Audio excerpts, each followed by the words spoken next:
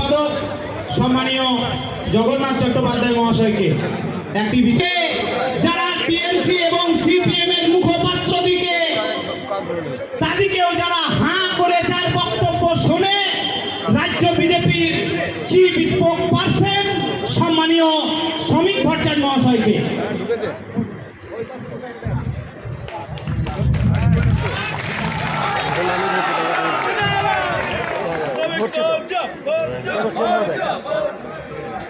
আজকের সভার সম্মানীয় সভাপতি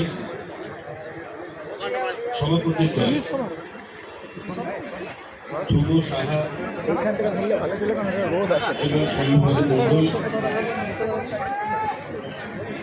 ভাই জগন্নাথ চট্টোপাধ্যায়,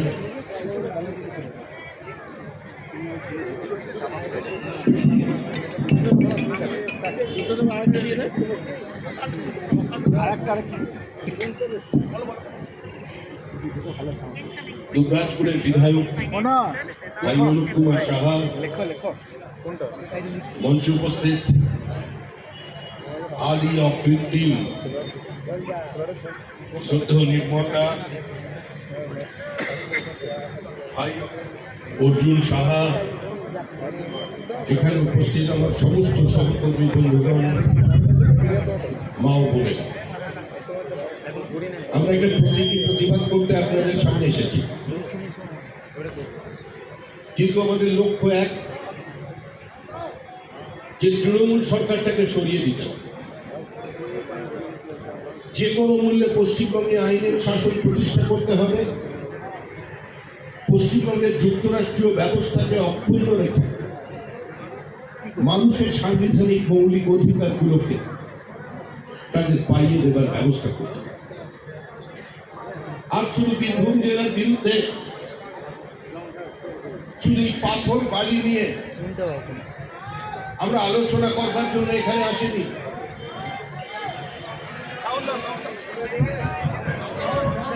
আমরা এখানে এসেছি যে আপনারা বীরভূম জেলার মানুষ, ভাগ্যবান মানুষ, আপনারা ডাক্তার বিধানচন্দ্র রায়কে পেয়েছেন, আবার পুনর্জন্ম নিয়ে এখানে মোহনদাস করমচাঁদ গান্ধী ঘুরে এসেছেন, এখানে আবার সেলিম জাভেদের সেলিমকে পেয়েছেন, এত আদর করে নিজের শালাকে কেউ এদের মধ্যে পাঠিয়ে দিয়েছেন। সমস্ত ওই যে ছাই তোলার ফ্লাই অ্যাশের ব্যবস্থা করবার জন্য সমস্ত বরাত আজকে তার কাছে চলে। বীরভূম জেলার সমস্ত টাকা শুধু অখণ্ড মণ্ডলেশ্বরের কাছেই পৌঁছচ্ছে না। শুধু তৃণমূল কংগ্রেসের লুটই একমাত্র লুট নয়, এই আমলারা যে পরিমাণ লুট সংগঠিত করেছে, আজকে বীরভূমের প্রকৃতির টাকা লুট করে নিয়ে কোয়েম্বাটুরে, বল্লাপুরমে, সিঙ্গাপুরে ইউরেনিয়াম ফ্যাক্টরি তৈরি করেছেন। আজকে পশ্চিমবঙ্গের দুজন মাননীয় পদস্থ সরকারি অফিসার আগামী দিনে তারাও কিন্তু একটু চিন্তার মধ্যে থাকবেন, তাদের বাড়িতেও কেউ না কেউ পৌঁছবে, কেউ এখান থেকে লুট করে বেরিয়ে যেতে পারবে। একটা জেলাকে সংঘবদ্ধভাবে লুট করা চলেছে, আর এই লুট শুধুমাত্র তৃণমূল কংগ্রেসের নেতা বিধায়কের লুট নয়, এই লুট শুধুমাত্র তৃণমূল কংগ্রেসের একদলীয় একচেটি একাধিপত্যের লুট নয়, তৃণমূল কংগ্রেসের এই অনৈতিক রাজনীতির কারণে আজকে বিভিন্ন প্রদেশ থেকে আসা যারা আইএস অফিসার, আইপিএস অফিসাররা এখানে আছেন, তারা এই লুটের মাত্রাকে আরো উপরের দিকে তুলে নিয়ে গেছেন। দেউচাপাচামিতে কার আধিপত্য প্রতিষ্ঠিত হয়েছে, দেউচাপাচামির টাকা কিভাবে কোথায় পৌঁছে যাচ্ছে, আপনারা পশ্চিমবঙ্গে যারা সাংবাদিক আছেন, এখানে দাঁড়িয়ে আছেন, আপনারা সিঙ্গুরের সময়, নন্দীগ্রামের সময় সিঙ্গুর পৌঁছতে পেরেছিলেন, নন্দীগ্রাম পৌঁছতে পেরেছিলেন, মানবাধিকার কমিশনের কর্মীরা পৌঁছতে পেরেছিলেন, কিন্তু আজ দেউচাপাচামির মধ্যে গিয়ে সেখানে মানুষের জীবন যন্ত্রণার কথা তুলে ধরে আনতে পারবেন। যে আদিবাসী মহিলাদের উপরে লাঠিচার্জ হয়েছে, তাদের চোখের জলের ছবি আপনারা নিয়ে আসতে পারবেন না, কারণ পথ আটকে রেখেছে তৃণমূল কংগ্রেস। আমরা এখানেই দাঁড়িয়ে 1988 সালে বলেছিলাম, এখানে লাঠিচার্জ হয়েছিল বিজেপি কর্মীদের ওপরে। আমরা সেদিন আপনাদের বলেছিলাম যে একটা সময় আসছে যেদিন এই পশ্চিমবঙ্গের মাটিতে আওয়াজ উঠবে যে প্রদীপ জ্বালতে পারবা কিন্তু শাঁখ বাজাতে পারবা না, মোড়া পোড়াতে পারবা কিন্তু পরিবল দিতে পারবা না। আজ মুর্শিদাবাদের ঘটনা প্রমাণ করে দিয়েছে যে বিজেপি যেটা বলেছিল আজকে বাস্তবে সেটা সংগঠিত হচ্ছে। একটা রাজনৈতিক দল, যাকে রাজনৈতিক দল বলা যায় কিনা সে নিয়ে মানুষের মধ্যে আলোচনা চলেছে, হয়তো আগামী দিনে গবেষণা হবে। নিরন্তর লুট ছাড়া এরা মানুষকে কিছু উপহার দিতে পারল না। আজকে পশ্চিমবঙ্গের মাটিতে যারা এখানে ধর্মনিরপেক্ষতার গান গেয়ে চলেছেন, যারা দিনের পর দিন বিভাজনের রাজনীতি করেছেন, আজকে তারা শুধু মনে করুন শুধু হিন্দু নয়, একজন রাজনৈতিক নেতার দল পরিবর্তন করবার অধিকার আছে, একজন কাউন্সিলরের দল পরিবর্তন করবার অধিকার আছে, বিধায়কের অধিকার আছে, কিন্তু দরিদ্র মানুষের দল পরিবর্তন করবার অধিকার নেই। 2014 সাল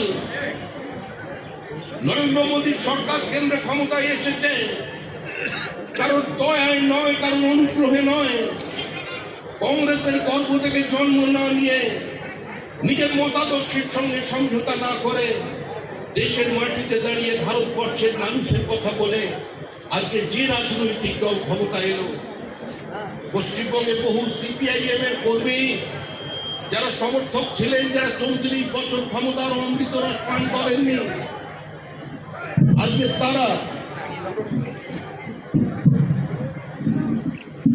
আজকে তারা বিজেপির পতাকা তলে সামিল হয়ে গিয়েছিলেন।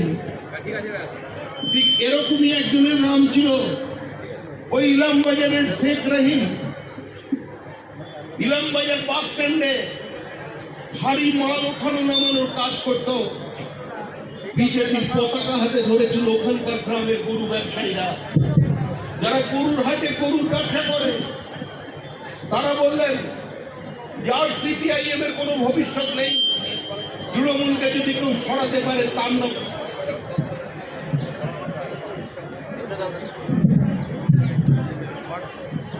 তৃণমূল কংগ্রেসকে যদি কেউ সরাতে পারে তাহলে বিজেপি ছাড়া অন্য কোনো রাজনৈতিক দল পারবে না।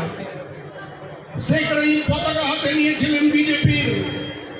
তৃণমূলের কর্মীরা গিয়ে বললেন একমাত্র রাজনৈতিক দল তোমার করবার অধিকার আছে বীরভূমের মাটিতে, তা হলো তৃণমূল কংগ্রেস, এখানে বিজেপি চলবে না। দুপুরবেলা মালদা নিয়ে ভাত খেতে এসেছিলেন রহিম, শেখ রহিম, তাকে তুলে নিয়ে যাওয়া হলো স্ত্রীর সামনে থেকে, কংক্রিটের একটি খাম্বায় তাকে বেঁধে ফেলে, স্ত্রীকে বিপ্রস্ত করে, একদিকে তাকে কোপ মারা হচ্ছে। তার 2 মেয়ে বেরিয়ে এলেন বাড়ি থেকে, একজনের বয়স 19 বছর সদ্য বিবাহিত, আরেকজনের বয়স 17 বছর। সেদিন ইলামবাজারের ওই গ্রামটির মধ্যে দুজনকে নুট প্যারেড করানো হলো। ভেবে দেখুন, বাবাকে কুপিয়ে খুন করা হচ্ছে, বাবার পায়ের তলায় পড়ে আছে অর্ধনগ্ন স্ত্রী, আর 2টি মেয়ে, তাদের নুট প্যারেড করানো হচ্ছে গ্রামের মধ্যে। একজন পুলিশের সাব ইন্সপেক্টর ছিলেন পান্ডে, তিনি পরে রিপোর্ট দিতে গিয়ে বললেন we have been over powered, আমাদের ওখানে কিছু করার ছিল না। বিজেপির পতাকা হাতে নিয়ে 2014 সালে এই বীরভূমের মাটিতে 6 জন সংখ্যালঘু বিজেপির কর্মী খুন হয়েছিলেন। ভারতের বর্ষের রাজনীতির ইতিহাসে এই ঘটনা কোনোদিন ঘটেনি। আর কোন পরিস্থিতি তৈরি করেছে তৃণমূল কংগ্রেস? একটার পর একটা সীমান্তবর্তী জেলার জনসংতুলন করতে গিয়েছে। প্রকাশ্যে দাঁড়িয়ে হুমায়ুন কবির বলছে আমরা 30% হিন্দুকে যখন চাইব আমরা কেটে ভাগীরথীর জলে ভাসিয়ে দেব। আজকে মুখ্যমন্ত্রী সেই কথা কোনো প্রতিবাদ করলেন না। ফিরাদ হাকিম, যিনি তারকেশ্বর মন্দিরের ডেভেলপমেন্ট কমিটির চেয়ারম্যান ছিলেন, দীর্ঘদিন বাবার সেবা করবার পরে উনি বুঝতে পারলেন মহাদেবের ক্ষমতা নেই। দীর্ঘদিন ওখানে তারকেশ্বর থেকে ঘুরে আসবার পরে তিনি এসে ধর্মসভায় ভাষণ দিয়ে বললেন প্রত্যেক মুসলমানের উচিত একজনকে হিন্দুকে মুসলমান বানিয়ে দেওয়া, তাহলে তার পবিত্র কার্য সম্পূর্ণ হবে। মুখ্যমন্ত্রী প্রতিবাদ করলেন। সরকারের ফ্ল্যাগশিপ প্রজেক্ট হচ্ছে পরিবার পরিকল্পনা। অনিতা দেওয়ান খুন হয়েছিলেন সিপিআইএম এর আমলে। 51 বছরের একজন মহিলাকে গণধর্ষণ করে খুন করা হয়েছিল, যদিও সেই অপরাধীরা এখনো জেলের মধ্যে বন্দী হয়েছেন, যাবজ্জীবন কারাদণ্ড হয়েছে তাদের। কারণ ছিল কি, উত্তর 24 পরগনার বসিরহাটের বিস্তীর্ণ অঞ্চলে তিনি ঘোরাঘুরি করছিলেন। সংখ্যালঘুদের মধ্যে জন্ম নিয়ন্ত্রণের প্রসার এবং প্রচার করার জন্য তাকে খুন করা হলো। সরকার পরিবার পরিকল্পনার কথা বলছে, আর তৃণমূল কংগ্রেসের সরকারের মন্ত্রী প্রকাশ্যে দাঁড়িয়ে বিধানসভায় বলছে হাম তো হামারা দো নয়, হাম তো হামারা ছে। এই সময় এসে গিয়েছে সিদ্দিকুল্লাহ চৌধুরীর এই কথার কোনো প্রতিবাদ করেননি মমতা বন্দ্যোপাধ্যায়। মমতা বন্দ্যোপাধ্যায় ঈদ উল ফিতরের মঞ্চে দাঁড়িয়ে বলছেন যে বিজেপি যে ধর্মের কথা বলছে সেই ধর্মটা হচ্ছে গন্ধা ধর্ম, আর উনি যে হিন্দুত্বের কথা বলছেন সেই ধর্মটার নাম হচ্ছে রামকৃষ্ণের ধর্ম। রামকৃষ্ণ পরমহংস বলে গেছেন যত মত তত পথ। তাদের পক্ষ থেকে বলা হচ্ছে রাম পশ্চিমবঙ্গের মাটির লোক নন, উত্তর ভারতের রাজনীতিকে চেয়ে ডেকে আনা হয়েছে পশ্চিমবঙ্গে। রামকৃষ্ণদেবের বাবা ক্ষুদিরাম চট্টোপাধ্যায়, তাকে বলা হয়েছিল জমিদারের হয়ে মিথ্যা সাক্ষী দিতে। ক্ষুদিরাম চট্টোপাধ্যায় রাজি হননি, তাকে অন্তত কোপে পড়তে হয়েছিল জমিদারের। তিনি কি করেছিলেন? তিনি তার কন্যা সন্তান এবং পুত্রকে নিয়ে পালিয়ে এসেছিলেন কামারপুকুরে। সঙ্গে করে কিছু জিনিস আনতে পারেননি। যেটা নিয়ে এসেছিলেন সেটা হলো কুলদেবতার মূর্তি, তার নাম ছিল রঘুবীর। সেই রামকে আজকে পশ্চিমবঙ্গ থেকে বিচ্ছিন্ন করে দিচ্ছে। বিজেপি রাম হারামের যুদ্ধ করতে পশ্চিমবঙ্গে আসেনি। এই যে যত মত তত পথ যদি বলতে চান, তার জন্য একটা মাটি দরকার। সেই মাটি বহুত্ববাদের মাটি। সেই মাটিতে দাঁড়িয়ে যদি আপনারা আপনাদের মতো করে আপনাদের কথা বলতে চান, আপনারা বলতে পারবেন।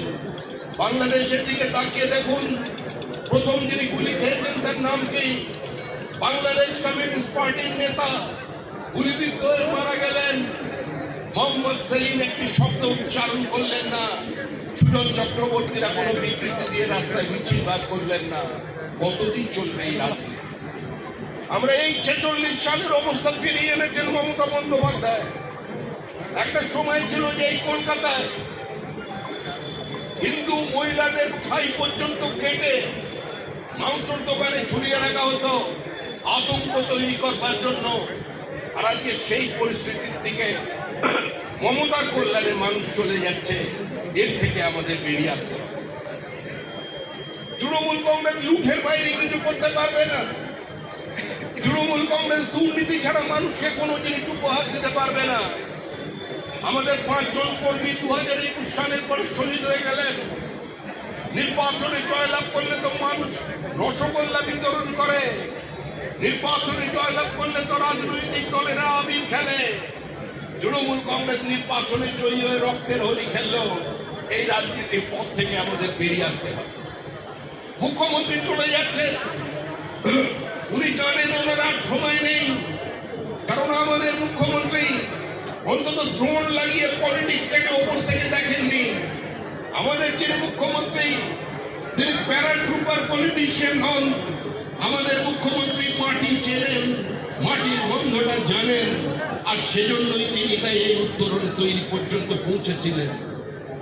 2011 সালের আগে যিনি ছিলেন স্বপ্নের মেঘ বালিকা, আজকে হয়ে গেছেন ঠাকুরমার ঝুলি। মুখ্যমন্ত্রী এখন শুধুই অতি। গিয়েছিলেন কালীঘাটে মা কালীর কাছে ফাইল নিয়ে। বাড়ির পাশের মা কালী ছোটবেলা থেকে চেনা শোনা। মা কালী স্বপ্নে হাত তুলে দিয়েছেন, বলেছেন পারবো না, তোমার দলকে জীবনে বাঁচাতে পারবো। এবার ওখান থেকে গিয়েছিলেন ওই ওদেরকে একজন পুরোহিত আছেন, তাকে সঙ্গে নিয়ে পুরীর জগন্নাথ দেবের কাছে জগন্নাথ দেব বলেছেন, আমার যদি হাত গোটাও থাকতো তাহলেও আমি তৃণমূলকে বাঁচাতে পারতাম না, আমার কিছু করার নেই। তাই উনি জগন্নাথ দেবকে টেনে আনেননি, জগন্নাথ দেব ওনাকে টেনে নিয়ে গেছেন বঙ্গোপসাগরের পাড়ে। মুখ্যমন্ত্রী জনপ্রিয়, তৃণমূলের এত টাকা, তৃণমূলের কাছে পাথর আছে, বালি আছে, কয়লা আছে, এমন লুট শুরু করেছেন এদের কারণে পশ্চিমবঙ্গের বিভিন্ন প্রান্তের ইট ভাটা শিল্প আজকে ধ্বংস হয়ে যাচ্ছে। উত্তর 24 পরগনার ইকোনমি কার্যত ধ্বংস হয়ে গেছে এদের টাকা তোলার কারণে। মুখ্যমন্ত্রী ইচ্ছা করলে ক্রাউড ফান্ডিং করতে পারতেন, তৃণমূলের কর্মীর থেকে চাঁদা তুলতে পারতেন, মুখ্যমন্ত্রী ইচ্ছা করলে কুকুর ছাপিয়ে জগন্নাথ মন্দিরের জন্য পয়সা তুলতে পারতেন, কিন্তু হিটকোর টাকা খরচা করে, মানুষের দেহ করের টাকা খরচা করে আজকে উনি জয় জগন্নাথ বলবার জন্য দীঘায় পৌঁছে গেলেন। আসলে মুখ্যমন্ত্রীকে দিয়ে করানো হয়েছে, ওই জগন্নাথ দেবী করিয়েছেন। উনি বলেছেন তোমাকে এখানে নয়, তোমাকে বঙ্গোপসাগরে বিসর্জন দেব, তাই টেনে নিয়ে গেছেন জগন্নাথ দেব ওনাকে বঙ্গোপসাগরের কাছে। আমরা বিজেপির পক্ষ থেকে বলছি বঙ্গোপসাগরে কেন? আরে বাবুঘাটের কাছে তো বিরাট সুরাবর্তী উনি তো গঙ্গা জলে গঙ্গা পুজোর ব্যবস্থা করে রেখেছেন, ওইটাই তো ভালো হবে। ওদিকে নবান্ন, গঙ্গার পশ্চিম কুল, বেনারসের সমতুল, আপনি ওদিকে কেন গেলেন? এপারেই বিসর্জন। কিন্তু জগন্নাথ দেবের ইচ্ছা যে ওনার বিসর্জন বঙ্গোপসাগরে হবে, পূর্ব মেদিনীপুরে হবে, কাঁথিতে হবে, দীঘায় হবে, তাই আজকে ওইখানে পৌঁছে। আমাদের লড়াই কোনো ব্যক্তির বিরুদ্ধে নয়, এই লড়াই নেতার লড়াই নয়, এই লড়াই নীতির লড়াই। আপনাদের পরিবারের মেধাকে যারা প্রতারিত করেছে, আপনাদের মুখের গ্রাস যারা কেড়ে নিয়েছে, আপনাদের মিড ডে মিলের চাল যারা চুরি করেছে, আপনাদের কোভিডের সময় পাঞ্জাবের গম যারা চিতপুর রেলওয়ে থেকে সরাসরি বহুজাতিক সংস্থার বিস্কুট কারখানায় পৌঁছে দিয়েছে, আপনাদের রেশনের টাকা, রেশনের চাল যারা চুরি করেছে, এমন কোন দপ্তর নেই যে দপ্তরের তৃণমূল দুর্নীতিকে বাদ দিয়ে গেছে। আর তার সঙ্গে যুক্ত হয়েছে এই মুসলিমে মামলা। আরেকজন এসছেন একদম দুর্গার কাছাকাছি, মা শঙ্কর, মানে একা শঙ্করের রক্ষা নেই, মা শঙ্কর। সেটি কি করেছিলেন? উনি নাকি শিব নাকি আগেকার দিনে গরল পান করেছিলেন, গরল, আর ওকে বসিয়ে দিয়ে আবগারি দপ্তরে এত গরল পান করে নিয়েছে যে টাকা রাখার জায়গা নেই, বিভিন্ন জায়গায় খুঁজে পেয়েছে। এই সবাই সবকিছু জানা, প্রতি গাড়িতে কত টাকা করে কে নিচ্ছেন প্রত্যেকে জানেন, কিন্তু তারপরে কোনো অ্যাকশন নেই। মমতা বন্দ্যোপাধ্যায় বলছেন দুর্নীতির বিরুদ্ধে জিরো টলারেন্স। যে দল তিনি তৈরি করেছেন সোনার টুকরো ছেলেদের নিয়ে, গলায় গামছা দিয়ে আজকে যদি হাত জোড় করে বলেন বাবা বন্ধ করো, বাবা বন্ধ করো, বন্ধ করতে পারবেন না, বন্ধ করা সম্ভব নয়। কারণ এটা কোনো রাজনৈতিক দল নয়। রাজনৈতিক দলে দুর্নীতিগ্রস্ত থাকে, রাজনৈতিক দলের লুটেরা থাকে, রাজনৈতিক দলের মধ্যে সমাজ বিরোধীরা ঢোকার চেষ্টা করে, কিন্তু সমস্ত সমাজ বিরোধী মিলে একটা দল তৈরি করবে, এটা কোনোদিন মুখ্যমন্ত্রীকে থেকে কেউ কল্পনা করতে পারেনি। তাই তার দিকে তাকিয়ে সবাই এখন মানুষ বলছে জানি না কেন এমন হয়, তুমি আর নেই সে তুমি, দিদি আর দিদিতে নেই। মুখ্যমন্ত্রী কখনো চলে যাচ্ছেন জগন্নাথ দেবের কাছে, আবার কখন চলে যাচ্ছেন লালু প্রসাদের কাছে। এরা বলছে গিয়ে লালু প্রসাদকে যে আমরা পাথর খেয়েছি, পানি খেয়েছি, মিড ডে মিলের চাল খেয়েছি, আমরা রেশনের গম খেয়েছি, আমরা প্রধানমন্ত্রী আবাসের ঘর খেয়েছি, শৌচাগার খেয়েছি, কিন্তু আপনি আপনি পশুর খাদ্য খেয়ে ফেলেছিলেন, মোষের খাদ্য, ওটা আমরা শিখে উঠতে পারিনি। আশীর্বাদ দিন, লালুর কাছে আশীর্বাদ দিয়ে বলছেন। মুখ্যমন্ত্রী সফর কোনোদিন দিল্লিতে শেষ হতো না যতক্ষণ না পর্যন্ত উনি আমাদের দিল্লির নেতা, যিনি ভারতবর্ষের রাজনীতিকে পরিচ্ছন্ন করবেন বলেছিলেন, তার সঙ্গে দেখা না করে আসতেন।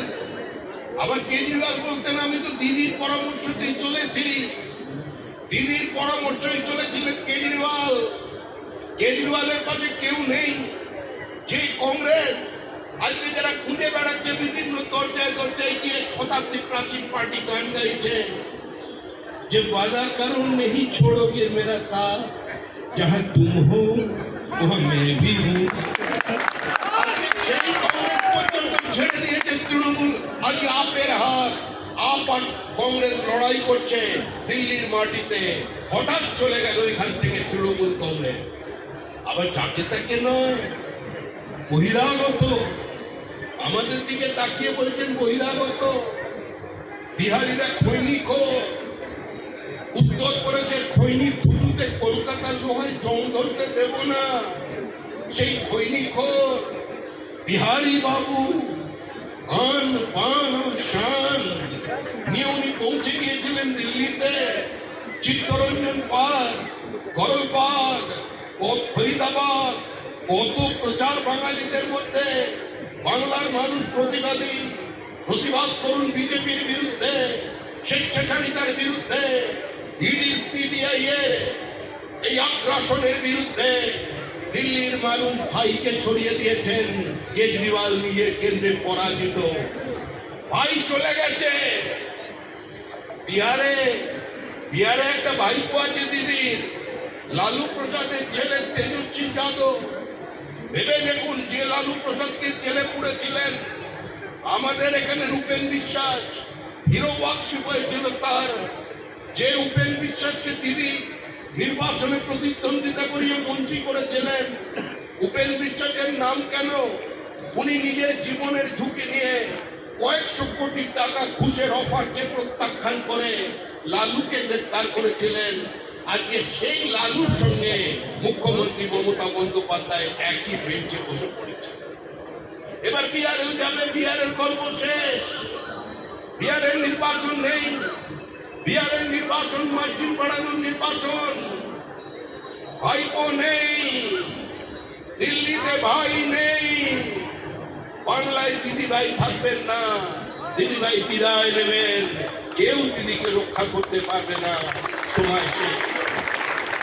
তৃণমূল চলে যাচ্ছে। তৃণমূলকে সরানোর জন্য পুলিশ দরকার নেই, বোমার দরকার নেই, পাথর ছোড়ার দরকার নেই। তৃণমূলের বিরুদ্ধে কোন চরিত্র হননের প্রয়োজন নেই। পশ্চিমবঙ্গের রাজনীতি সচেতন মানুষ আজকে ভয় মুক্ত হয়ে রাস্তায় নেমেছে।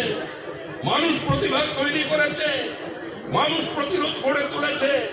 2011 সালে সিপিআইএম এর ব্রিগেড দেখার পর কোন রাজনৈতিক বিশেষজ্ঞ বলতে পারেনি যে তৃণমূল কংগ্রেস হারতে চলেছে, কিন্তু তৃণমূল কংগ্রেস হেরেছে। মানুষ তৃণমূল কংগ্রেসকে হারিয়ে দিয়েছে। এই যে পুলিশ অফিসাররা দাঁড়িয়ে আছেন, এরা কেউ কেউ ভয়ে ভক্তিতে ঢুকে পড়েছেন, কেউ কেউ অতি সক্রিয় হয়ে পড়েছেন, কেউ আত্মসমর্পণ করছে। আজকে উত্তর 24 পরগনার দ্বীপের একজন আমাকে অফিসার বলছেন, কিছু করুন। বলছেন কি করব? আমার কাছে একটা সার্ভিস রিভলভার আছে, 6টা বুলেট আছে, ওর মধ্যে 2টো এক্সট্রা, টোটাল 8। 10টা রাইফেল আছে 60-এর দশকের লড়াইয়ে, 4টে অকেজো। আর আমার এখানে যারা সিভিক ভলেন্টিয়ার্স আছে তারা মালঞ্চর কারখানা থেকে 3-2 ম্যাগাজিনের পিস্তল নিয়ে পকেটে ঘুরছে। ওরা জ্যোতিপ্রিয়র কথা শোনে, আমার কথা শোনে না। শেখ শাহজাহানের কথা শুনে, আমার কথা শুনে না। আর আপনি তাহলে কি করবেন? বলে করবো কি? ছেলে ডাক্তারিতে চান্স পেয়েছে, মেয়ে কাঁদছে, মেয়েকেও ঢুকিয়ে দিয়েছি আমি। পশ্চিমবঙ্গের একটা কলেজ, নাম বলবো না, ওখানেও আশীর্বাদ আছে তৃণমূলের। কম টাকায় আমারটা হয়েছে, তার কিস্তি আছে, ফ্লাইটের কিস্তি আছে, বাঁচার পথ নেই। এই অবস্থা থেকে আজকে মুক্তি পেতে হবে। যেখানে যাচ্ছেন উত্তরাধিকারী মিটিং করতে, সঙ্গে 2000 পুলিশ। আমি বসিরহাটের বিধায়ক ছিলাম, উত্তরাধিকারী পৌঁছেছে, আমার কাছে ফোন আসছে যে দাদা খুব খারাপ অবস্থা। কেন? বলো বাড়ির বাইরে সব মহিলা পুলিশ দাঁড়িয়ে আছে, তাদের বাথরুম নেই, বলছে একটু খুলে দিন, ভেতরে যাবো। এই অবর্ণনীয় অসহনীয় কষ্টের মধ্যে আজকে পুলিশরা ডিউটি করে চলেছে চারিদিকে। আজকে এদের এই করুণ অবস্থার জন্য শুধুমাত্র পুলিশকে আক্রমণ করলে চলবে না। আরে পুলিশ তো সশস্ত্র সংস্থা নয়। পুলিশকে যারা এই পথে পরিচালিত করলো, যারা সম্পূর্ণ প্রশাসনের রাজনীতিকরণ করে দিল, আজকে তাদের বিরুদ্ধে উঠে দাঁড়াতে হবে। যদি মুখ্যমন্ত্রী সেদিন হুমায়ুন কবিরের কথার বিরোধিতা করতেন, যদি মুখ্যমন্ত্রী ফিরহাদ হাকিমের বক্তব্যকে নাকচ করতেন, যদি মুখ্যমন্ত্রী সিদ্দিকুল্লাহ চৌধুরীর বক্তব্যকে দাঁড়িয়ে খারিজ করে দিতেন, যেটা দলের বক্তব্য নয়, যদি মুখ্যমন্ত্রী ঈদ উল ফিতরের দিনে আমাদের ধর্মকে কান্ধা ধর্ম না বলতেন, তাহলে মুর্শিদাবাদের আজকে যে জঙ্গি তাণ্ডব হয়েছে এই ঘটনা কোনোদিন সংঘটিত হতো না।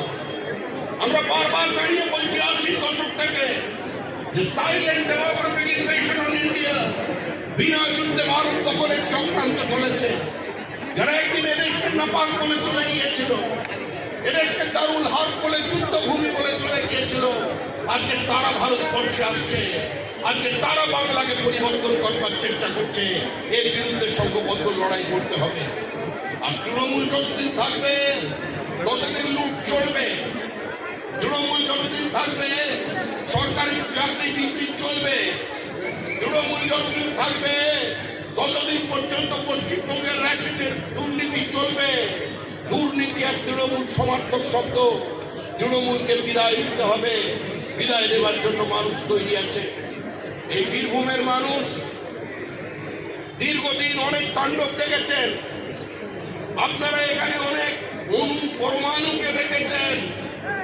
দেখে রবীন্দ্রনাথের কবিতাটা মনে করে দেখুন, এখন মুখের দিকে তাকান আর একবার ভাবুন, রক্ত মাখা অস্ত্র হাতে যত রক্ত আঁখি, শিশু পাঠ্য কাহিনীতে থাকে মুখ ঢাকি। মাত্র দিল্লিতে একটু বেড়াতে গিয়ে দিল্লির প্রচন্ড গরমে আর প্রবল ঠান্ডায় এতটা যে ওনার মনের মধ্যে শান্ত হয়ে উঠেছেন, এ তো ঋষি অরবিন্দের পরিবর্তনের মতো মনে হচ্ছে। আর সেই গরম নেই। আবার দিদি বলছেন ওর চোখে কাজল লাগিয়ে দেবে। এখন কাজল নয়নি হরিণী বলে যদি কেউ বেরিয়ে পড়ে, কিছু করার নেই। বীরভূমের মানুষের চোখে কাজল পড়বে না বীরভূমের মানুষ আবার কোনো পারমাণবিক বিস্ফোরণ দেখবে, সেটা বীরভূমের ব্যাপার। কিন্তু মনে রাখবেন, এরা কোনো ব্যক্তি নয়, এরা তৃণমূল। তৃণমূলই অনুব্রতই তৃণমূল। কোন ব্যক্তির কোন জায়গা নেই। তৃণমূল একটা গোল ফুটবলের মতো। নেতা নেত্রী সমাজ বিরোধী পুলিশ সব মিলেমিশে একাকার হয়ে গেছে। তাই এই লুটের বিরুদ্ধে সংঘবদ্ধভাবে আমরা এখানে লড়াই করব। যে কোনো মূল্যে তৃণমূল কংগ্রেসের বিসর্জন আমাদেরকে ত্বরান্বিত করব। শান্তিপূর্ণভাবে আমরা আজকে এখানে এসেছিলাম, কিন্তু এই লড়াই এখানে থেমে থাকবে না। এই লড়াই শুধু নেতার বিরুদ্ধে লড়াই নয়, সরকারের বিরুদ্ধে লড়াই নয়। এই লড়াই বিধান রায় চিকিৎসা করার লড়াই। এই লড়াই সেলিম সাহেবের লড়াই। এই লড়াই শুধু PDCL এর ওই সাইয়াসের লড়াই, তার লড়াই। কোন দুজন সিঙ্গাপুরে ফ্যাক্টরি তৈরি করেছেন তার লড়াই। আল্লাহপুরে কোয়েম্বাটুরে কোন টাকা চলে গেছে তার লড়াই। ওই টাকা ওখান থেকে উপড়িয়ে এই বীরভূমের মাটিতে, রামপুরহাটের মাটিতে, বোলপুরের মাটিতে, শিউড়ির মাটিতে, দুবরাজপুরের মাটিতে ফিরিয়ে আনার লড়াই। এই লড়াই আপনারা সামনে থাকবেন। ধন্যবাদ। বিজেপি জিন্দাবাদ।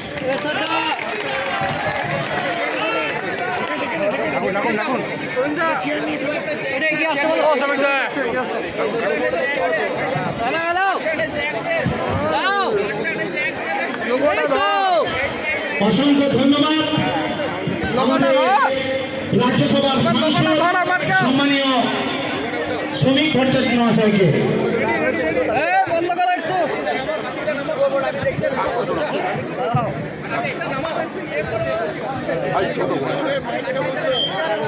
মাইকটা একটু বন্ধ করো। আমার নিজের কিন্তু সাউন্ডটা আসবে না। এইভাবে তোমরা প্রচুর পাকা, জানিস তো? ঠিক ধরেছিল।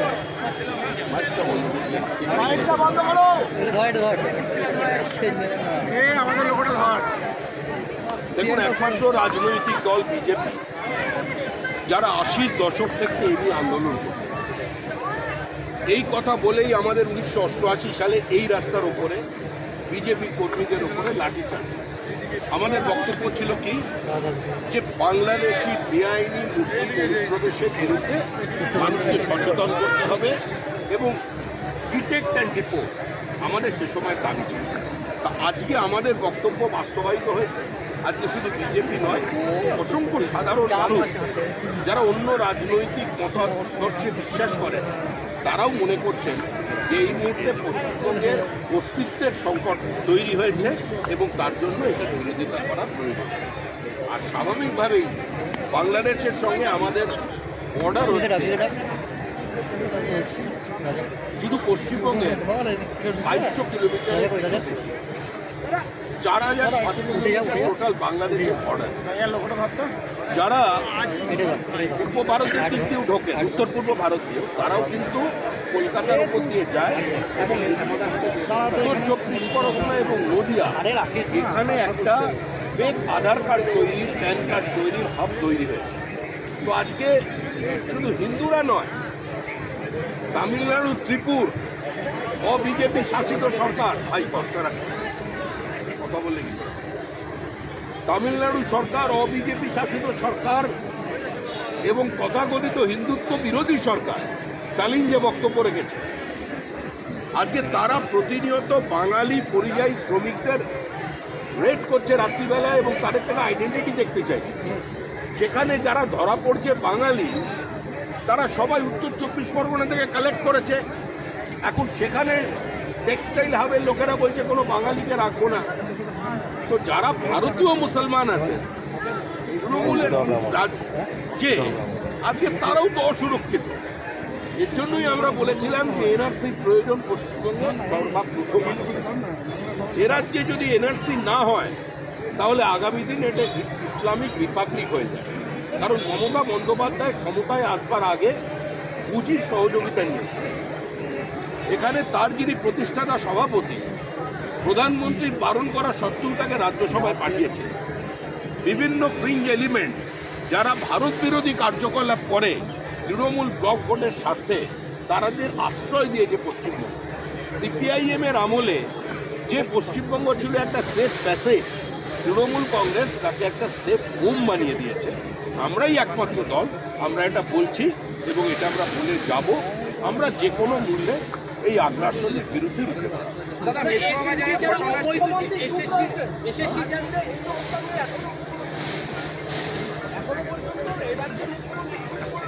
মুখ্যমন্ত্রীর রাজনীতি 30% মুসলমানের ব্লক ভোটের রাজনীতি। কিন্তু দুর্ভাগ্যের বিষয় এটাই যে ভারতবর্ষের সমস্ত মুসলমানকে মুখ্যমন্ত্রী ওই উগ্রপন্থীদের সঙ্গে একই লাইনে দাঁড় করাতে চাইছে। আমরা সেটা মনে করি। আমরা মনে করি এস ওয়াজেদ আলীর বাংলায়, সৈয়দ মুস্তফা সিরাজ সৈয়দ মুস্তফা আলীর বাংলায়, কাজী নজরুল ইসলামের বাংলায় অন্তত এ ঘটনা না ঘটে। আমাদের আবেদন সমস্ত শুভবুদ্ধি সম্পন্ন, শিক্ষিত, সচেতন, জাতীয়তাবাদী মুসলমানদের কাছে, এটা কোনো ধর্মের লড়াই নয়, এটা অস্তিত্ব রক্ষার লড়াই।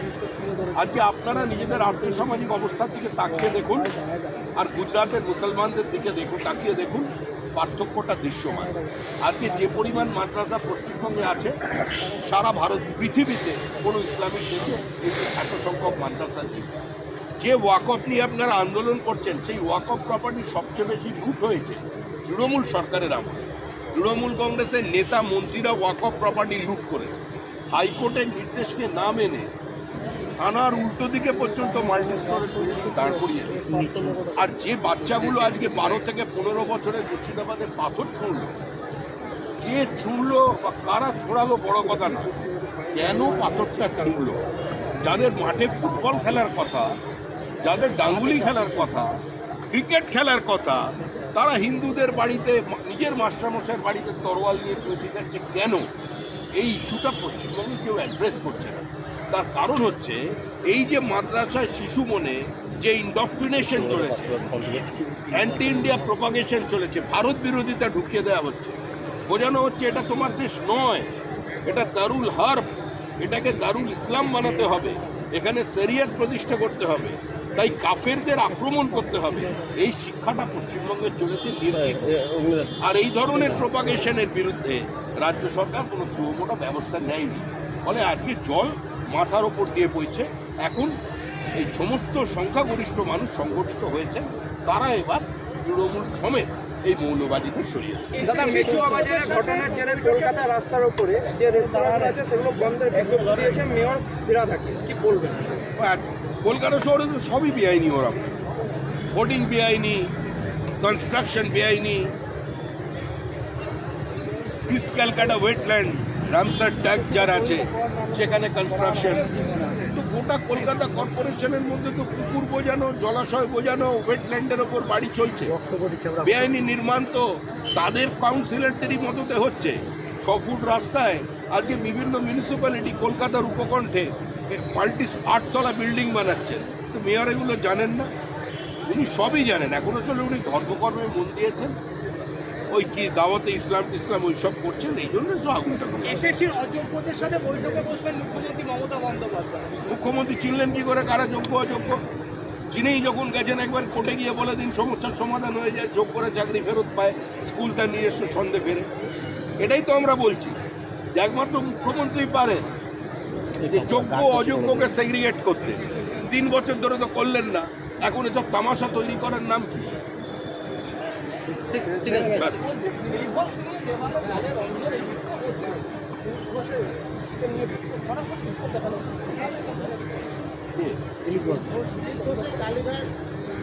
বিজেপির মতো চলছে।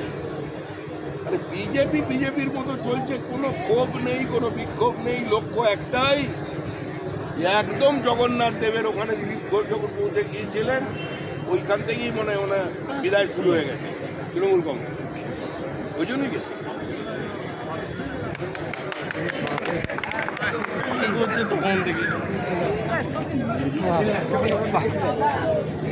হাত ব্যথা গেল গা।